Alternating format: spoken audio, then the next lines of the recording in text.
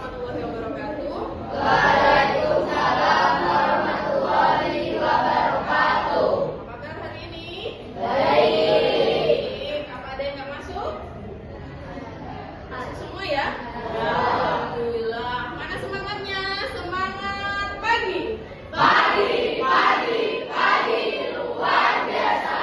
Terima kasih ya anak-anakku. Hari ini kita akan belajar tentang informatika. Informatika kita akan banyak belajar tentang AI. Tahu AI? Tahu. Itu AI? Artificial Intelligence. Kalau dalam bahasa Indonesia artinya KA, kecerdasan artifisial. Ya, sudah pernah pakai? Sudah tahu ChatGPT? Tahu. Sudah tahu Gemini? Tahu. Sudah pernah pakai semua? Sudah. Yang terdekat dengan WA. Pakai.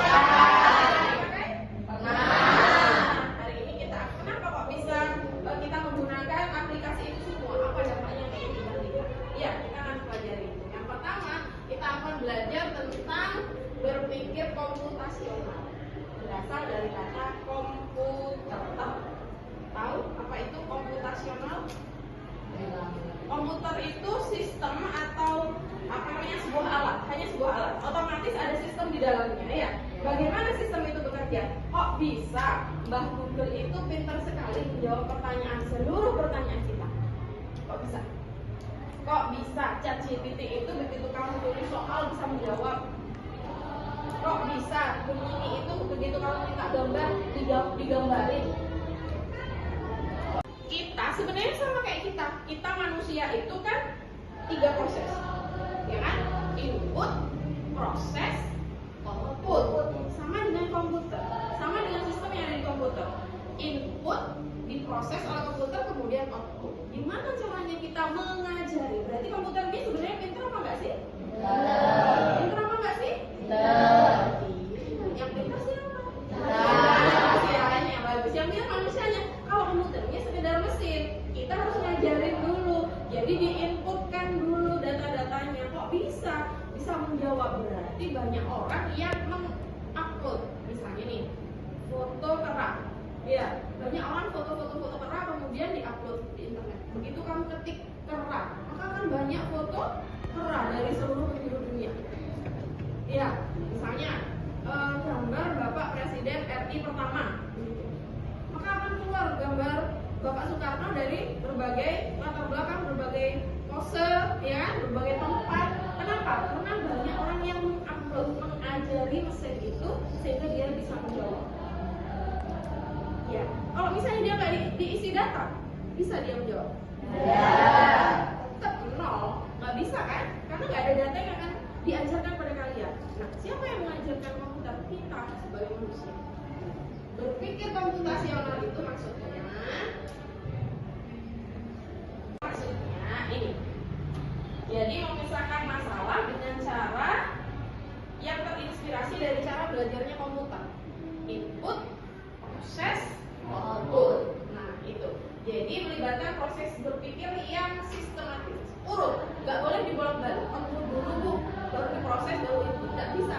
Inputnya dulu disiapkan, diproses, kemudian bisa dikeluarkan hasilnya ini. Nah, itu namanya cara berpikir komputasional. Cara pikir komputer kayak gitu, sama dengan kita sebagai manusia. Ya. Ini pelibatan logis. Logis itu berarti harus sesuai dengan logika, benar, dengan kenyataan. Ya, bukan ilmu hayalan. Kemudian terstruktur. Artinya terstruktur adalah runtut. Nah, kemudian setelah itu dipecah flowchart. Flowchart adalah proses berpikir yang kita tuangkan dalam sebuah bagan. Contoh. Ini ya, flowchart. Kemudian nanti bekerja sama buat kelompok.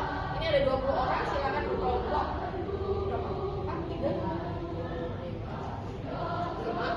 4, 3, 5, 4 aja. Ya. Nah, nanti kemudian kita presentasikan flowchart masing-masing. Ya. Sekarang dulu lah, kemudian tes ini, tes PBB, tes ini, sampai kelas ketika nggak jadi gitu ya, buat dalam flowchart.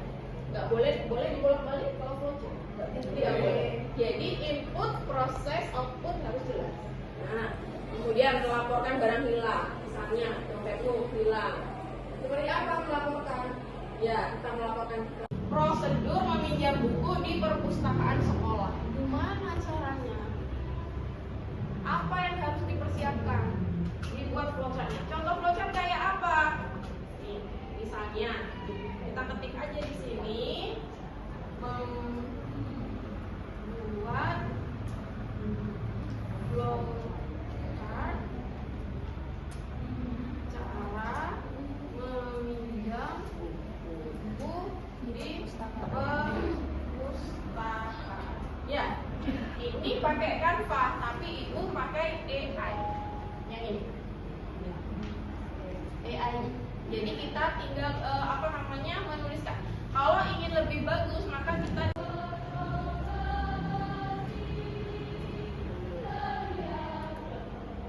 proses.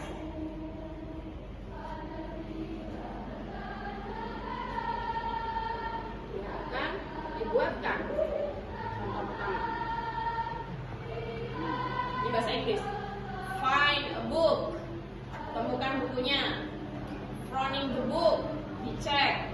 Check out book. The circle desk. Maksudnya ini semua adalah caranya. Ini bahasa Inggris. Kita cari bahasa Indonesia ya. Di mana-mana. Di mana-mana. Ayo, boleh. Berapa kelompok?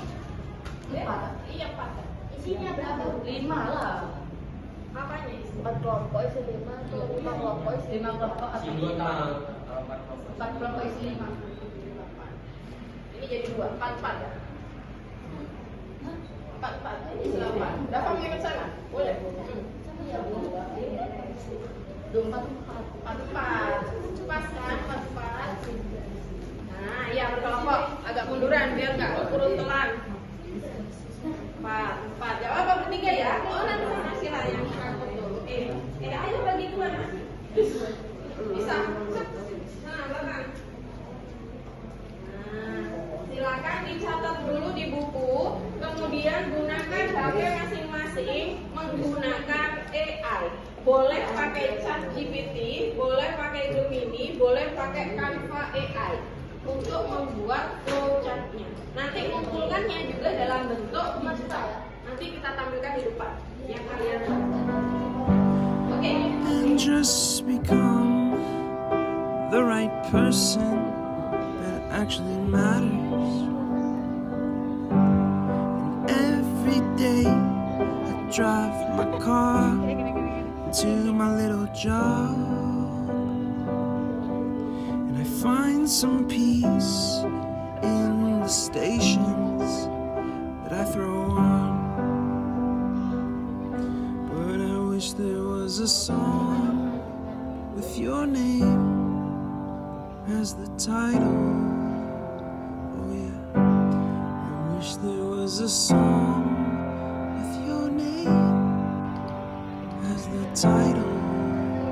Oh yeah.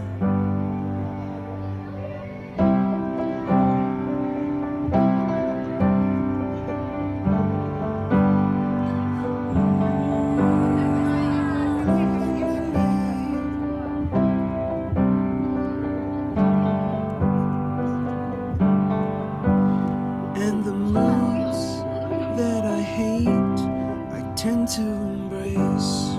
Wonder why I'm so opposite, I'm so backwards and upside down. I'm such a clown, but I've got no frown on my little face. Why am I so freaking cute sometimes, yeah? I'm such drama queen, I'm such drama queen. And I wish there was a song that I could make that'll make you strong. 'Cause I'm tired of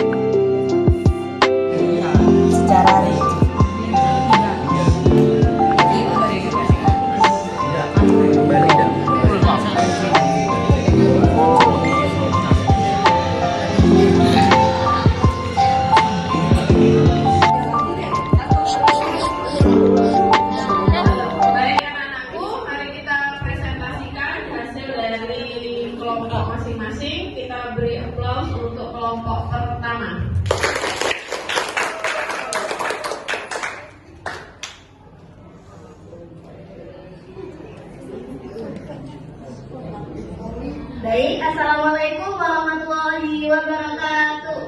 Waalaikumsalam warahmatullahi wabarakatuh. Kami dari kelompok 3 akan mempresentasikan tentang hasil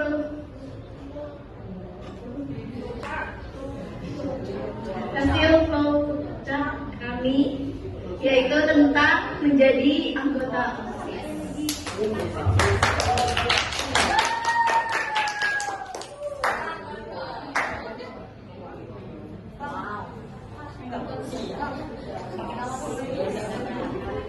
Sebelumnya kita mau perkenalan dulu nih. Perkenalkan, nama saya Adinda Zakia Tenungkur.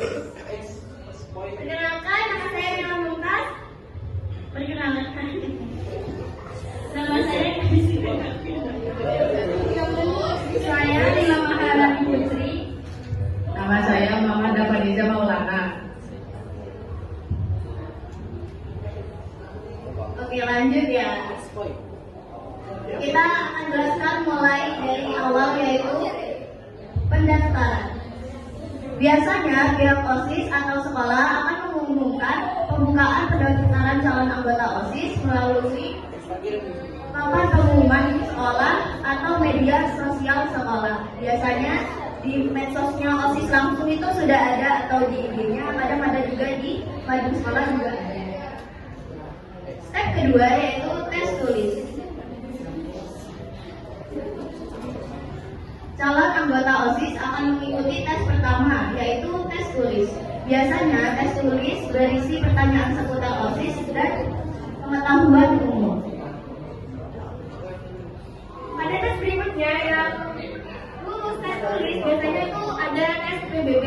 Tes PBB itu biasanya calon anggota OSIS itu akan mengikuti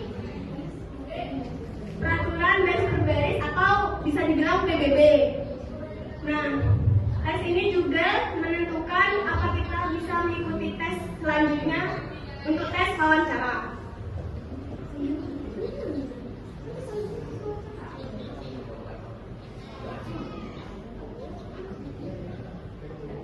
Kalau yang udah lulus tes PBB itu bakalan tes wawancara.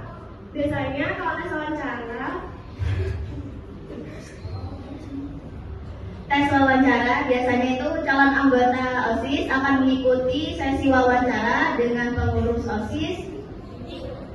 Ya, biasanya dengan pengurus OSIS inti seperti ketua OSIS, wakil ketua OSIS, bendahara OSIS, sekretaris OSIS.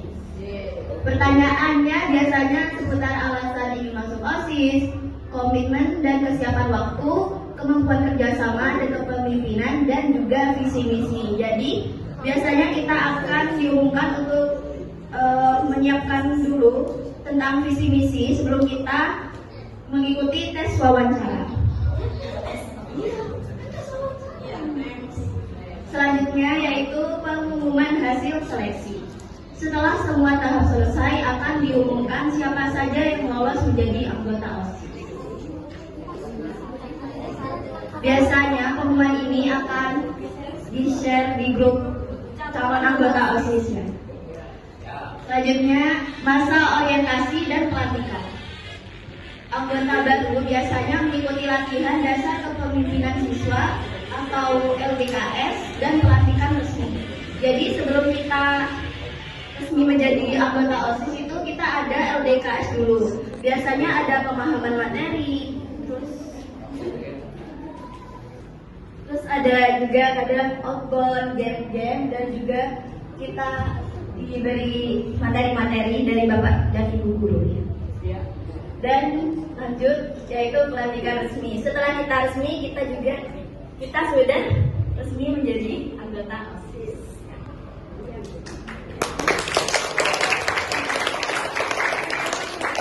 Apakah ada pertanyaan terlebih dahulu sebelum kita tutup? Ya. Ucapnya sudah jelas. Jelas. Jadi pada saat memberikan keterangan atau langkah-langkah itu jangan banyak menggunakan kata biasanya. Biasanya begini, biasanya begitu. Jadi tidak perlu menggunakan kata-kata itu.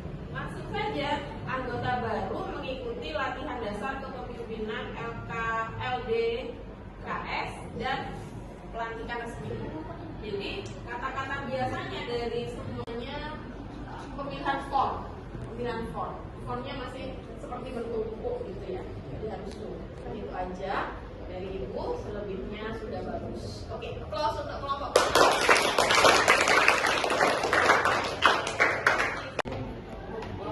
Ya, silakan. Assalamualaikum warahmatullahi wabarakatuh. Perkenalkan, kami dari kelompok 4 akan membacakan hasil presentasi hasil diskusi kami dari program yang bertemakan tentang cara meminjam buku di perpustakaan. Sebelum itu, perkenalkan, nama saya Muhammad Rizky Bintang Purnomo, biasa dipanggil Bintang. Perkenalkan, nama saya Chandra Maulana Adi Pratama, biasanya dipanggil Chandra. Perkenalkan, nama saya Wildan Habib Mumtaz, biasanya dipanggil Wildan. Dan saya Faizal Rizky Ramadan, biasanya dipanggil Eza. Baik, cara meminjam buku di perpustakaan. Langkah pertama, kalian datang ke perpustakaan. Setelah kalian sampai di perpustakaan, cari buku yang ingin dipinjam. Setelah kalian menemukan buku yang akan dipinjam, ambil buku tersebut. Jangan lupa bawa buku ke meja petugas. Setelah itu, serahkan kartu anggota kalian. Setelah kalian menyerahkan kartu anggota kalian, petugas akan memproses hasil peminjaman buku kalian. Setelah itu, kalian akan mendapatkan buku yang kalian ingin pinjam. Jangan lupa catat tanggal pengembaliannya dan selesai. Sebelumnya ada yang ingin bertanya? Tidak. Tadi ada juga yang mengambil tema peminjaman buku ya. Secara garis besar langkahnya sama. Mungkin yang peminjaman buku kelompok mana tadi? Oke, bisa dibandingkan dengan pekerjaan dari kelompok ini. Ada masukan untuk temannya kelompok lain? Tidak cukup. Ini terlalu bagus. Terima kasih Bintang. Silakan. Baik, saya akhiri. Wassalamualaikum warahmatullahi wabarakatuh.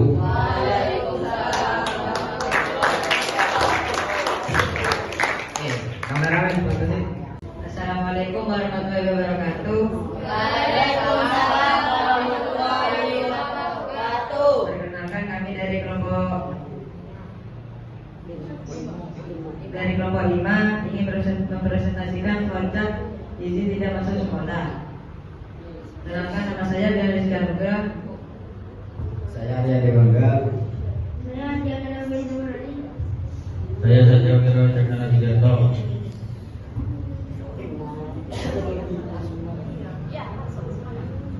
Nomor 1, buat surat izin seperti menyebutkan nama panjang, tujuan,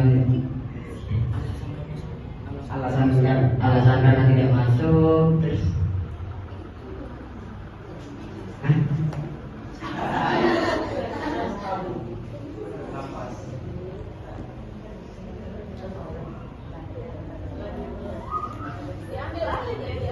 siswa.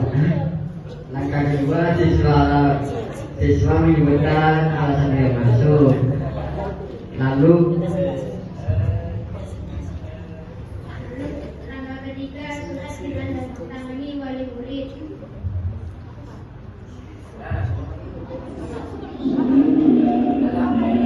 Surat diserahkan kepada wali kelas. Diserahkan kepada wali kelas. Wali kelas menerima surat. Wali kelas mengevaluasi ketidakhadiran siswa. Setelah itu, siswa belajar mandiri atau mendapat materi dari teman. Sebelum saya akhiri,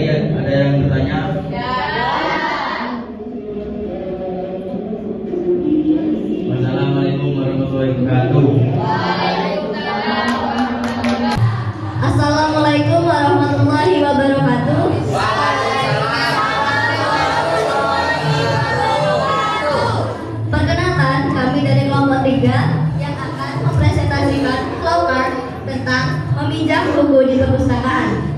Sebelum itu, perkenalkan, saya Marcel Diosa. Saya Arnal Kowiu. Saya Sanbila Orfa Arsidia Widodo. Saya Aulia Karina. Saya Dina Samsabila Dewi.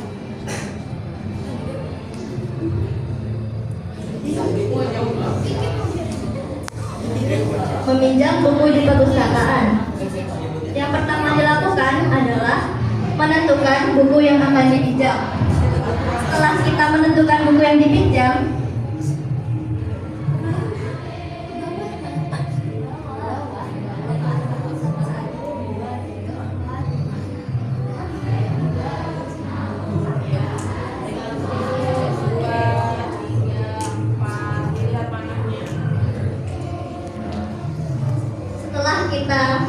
buku yang akan dipinjam, kita datang ke perpustakaan, mencari buku yang akan dipinjam, membawa buku ke petugas perpustakaan, menunjukkan kartu anggota. Setelah kita menunjukkan kartu anggota, petugas akan memproses peminjaman yang kita lakukan. Petugas akan mengisi data peminjaman yang dilakukan. Buku diserahkan ke peminjaman dan kita bisa membawa bukunya pulang ke rumah. Sekian presentasi dari kelompok kami. Apabila ada yang salah, tolong dimaklumi. Wassalamualaikum warahmatullahi wabarakatuh. Waalaikumsalam warahmatullahi wabarakatuh. Assalamualaikum warahmatullahi wabarakatuh. Perkenalkan, kami dari kelompok kedua. Anggota kami ada Siti Nurhilmatul Fadila, Siti Nurhilmatul Fatimah, Zevana Zara, dan Mutimah Sa'adat. Kami akan mempresentasikan hasil kerja kelompok kami. Cara melaporkan barang yang hilang. Pertama-tama kita harus mengingat-ingat kembali di mana letak barang kita yang hilang tersebut. Jika tetap tidak ketemu, kita bisa lapor